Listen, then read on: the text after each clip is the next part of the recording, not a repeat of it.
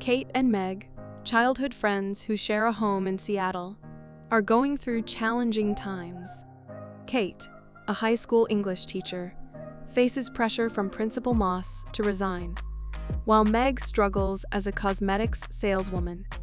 Following a night of drinking, Meg suggests they take a vacation to escape their stress. Initially hesitant, Kate eventually agrees because Meg had already bought non-refundable tickets to Fort Lauderdale.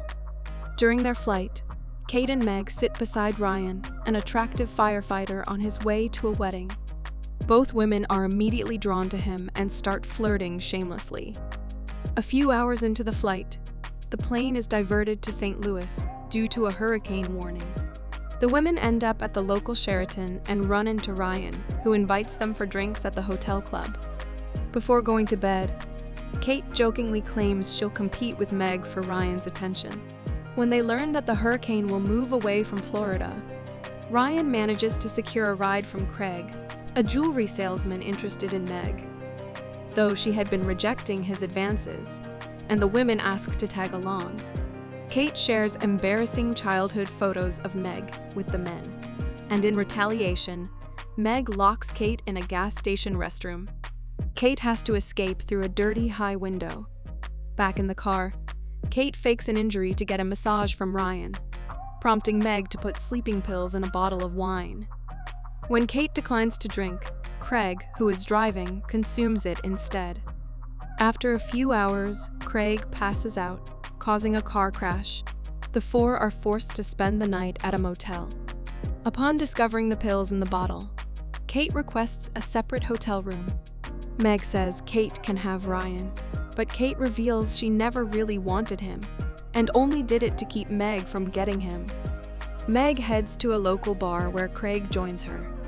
When Craig fails to impress Meg, he advises her to consider other qualities in men. Back at the hotel, Ryan makes a move on Kate, who gives in and has an intense, intimate encounter with him.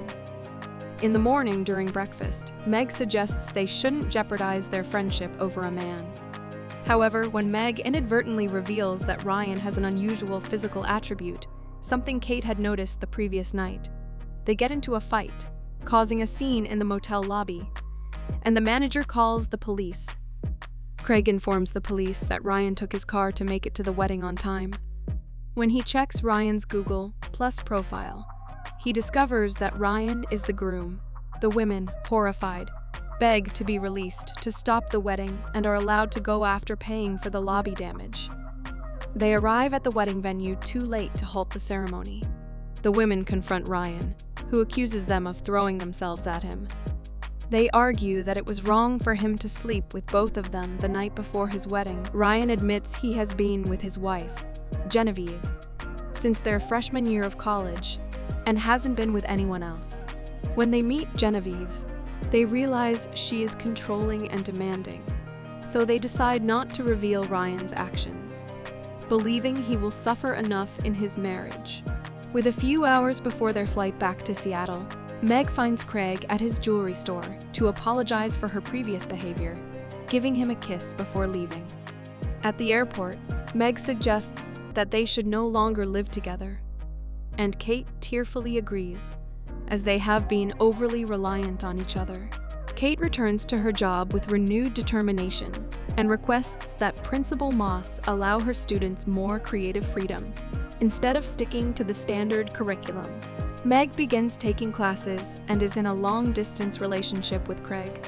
Meanwhile, she moves into an apartment just a few doors down from Kate, ensuring they remain close. Thanks for watching. To catch all the latest from us, subscribe and hit the bell icon to get notified as soon as a new video drops. We'll see you in the next one.